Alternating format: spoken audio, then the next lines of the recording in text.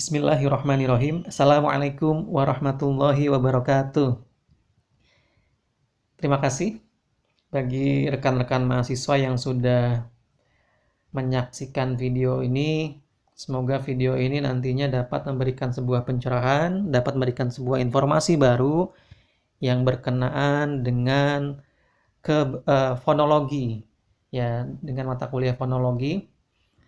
Video pertama tentang mata kuliah fonologi yang saya berikan pada saat ini adalah diftong, deretan vokal, digraf, dan gugus konsonan. Insya Allah, nanti akan ada beberapa video-video baru lainnya yang mengulas materi-materi sebelumnya yang sudah kita bahas panjang, ya, di media yang sebelumnya kita gunakan. Dan itu bisa membantu kalian mengingat kembali apa yang sudah saya jelaskan sebelumnya, sehingga bisa kalian jadikan sebagai bahan pembelajaran, referensi, jika kalian nanti memang pada akhirnya ada regulasi yang mengharapkan kalian juga mengikuti UAS. Jadikanlah video-video yang saya berikan ini sebagai bahan pembelajaran. Hari ini saya akan menjelaskan yang tadi saya sebutkan, yaitu adalah diftong, deret vokal, digraf, dan gugus konsonan. Jika sebelumnya kita sudah membahas bunyi konsonan, kemudian bunyi vokal juga, dan juga kita sudah membahas nama-nama bunyi, kemudian proses pembuatan bunyi, dan lain sebagainya, maka pada kali ini yang saya bahas cukup sederhana. Saya yakin kalian paham dengan ini. Ya, tapi istilahnya memang mungkin masih asing. Jika memang masih asing, maka saksikanlah video ini sampai dengan habis. Kita lanjut ke salindia berikutnya. Baik, salindia ini akan membahas perbedaan antara diftong dan juga deretan vokal. Diftong itu berbeda dengan deretan vokal. Memang bentuknya sama. Yang pertama, sama-sama gabungan vokal. Ya, deretan vokal juga terdiri dari gabungan vokal. Bedanya, diftong itu dilafalkan dengan satu kali bunyi. Sedangkan deret vokal dilafalkan dengan dua kali bunyi atau dua suku kata. Bahkan lebih dari dua suku kata. Nah, sebelumnya kita mengulas dulu apa sih diftong sebetulnya. Diftong itu adalah gabungan huruf vokal. Itu yang pertama. Yang harus kalian pahami adalah diftong merupakan gabungan huruf vokal. Tetapi bukan sembarang gabungan huruf vokal. Karena apa? Karena di deretan vokal pun sama. Gabungan huruf vokal juga. Cuma yang saya bilang di awal tadi, perbedaannya adalah diftong itu dilafalkan dalam satu suku kata. Jika kalian menemukan sebuah deretan, sebuah gabungan antara dua vokal, kemudian vokal tersebut dilafalkan dalam satu kali suku kata, dalam satu kali bunyi, maka deretan atau gabungan vokal tersebut disebut dengan diftong. Mudah-mudahan sudah agak kebayang tentang diftong. Kemudian, deret vokal juga sama. Tulisannya sama-sama huruf vokal yang digabungkan. Akan tetapi, dibacanya tidak dalam satu suku kata. Waduh, sepertinya bingung nih. Apa dong perbedaannya? Bagaimana perbedaan antara satu suku kata dan dua suku kata? Atau lebih dari satu suku kata? Kita akan mengulas di salindia berikutnya. Baik, ini adalah perbedaan antara diftong dan deretan vokal. Kita lihat ya, yang sebelah kiri ini ada contoh-contoh diftong, kemudian yang sebelah kanan itu ada contoh-contoh deretan vokal.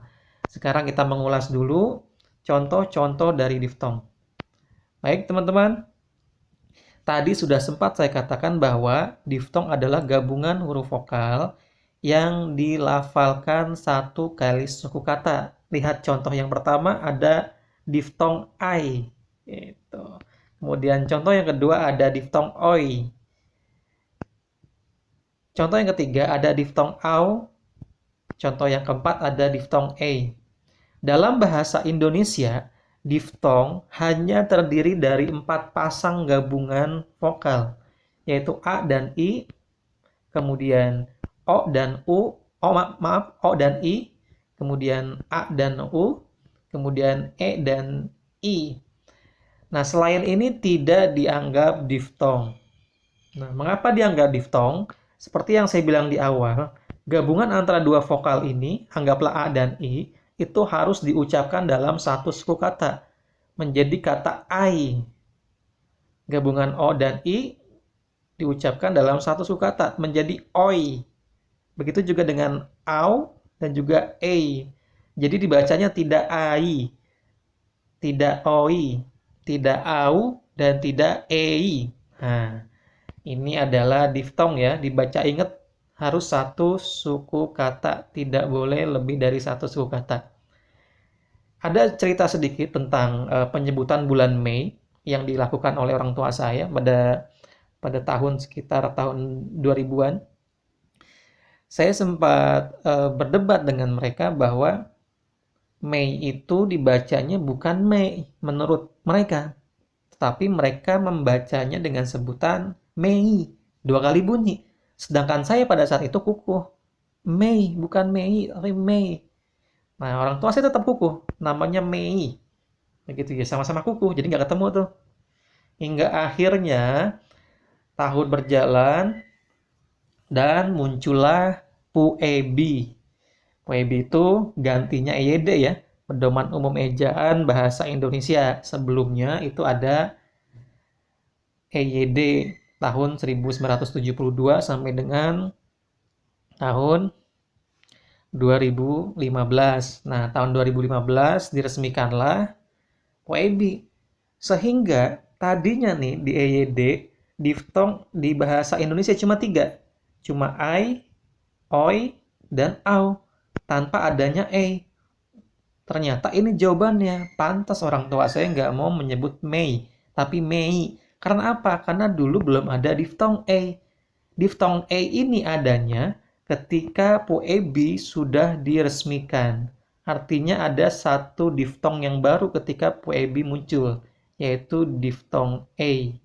Nah, artinya sekarang ketika kalian mengucapkan bunyi-bunyi ini, maka harus 1 kali bunyi. Tapi tidak semua gabungan vokal harus dibaca dengan lafal diftong.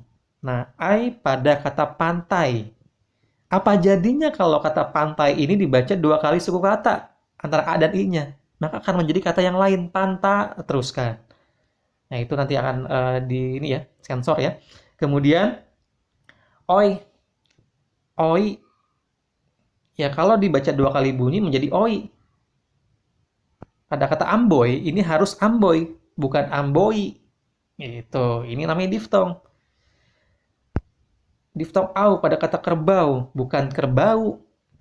Jadi aneh nanti, maknanya bisa berubah. Survei juga sama. Nah, ini ada kesalahan, mohon maaf nih. Surveinya pakai I ya, bukan pakai Y. Ini kemungkinan otomatis terubah menjadi survei pakai Y. Sebetulnya pakai I ya, survei, bukan survei. Nah, inilah yang disebut dengan diftong. Gabungan vokal, bunyinya 1 kali suku kata. Sekarang kita berlanjut ke deret vokal. Deret vokal, lihat ada I juga, ada A dan U juga, ada O dan I juga, ada E dan I juga. Bedanya apa? Bedanya untuk contoh-contoh ini dibacanya tidak 2 kali suku kata. Contohnya pada kata main. 2 kali ya, main. Walaupun nggak sengaja dipisahkan begitu, tapi main. 2 kali suku kata, main. Kemudian pada kata mau, bukan mau, tapi mau. Ada kata oi pada kata poin. Ada gabungan vokal ei pada kata seindah. Nah, artinya apa? Artinya deret vokal itu perbedaannya adalah tidak dilafalkan dengan satu suku kata seperti halnya yang ada di diftong sebelumnya. Begitu. Nah, kemudian diftong, maaf bukan diftong ya, deret vokal tidak hanya sebatas pada I, oi, au, dan e saja. Ternyata bisa pada yang lain juga, pada uwa, kemudian pada iya, dibalik bisa tuh iyo, Ua pada buah, ia pada dia, iyo pada ion. Nah, artinya tidak sebatas pada 4 jenis yang tadi kita sebutkan. Arti ini lebih bebas. Huruf apapun bisa kita gabungkan di sini. Di bagian mana? Di bagian deret vokal.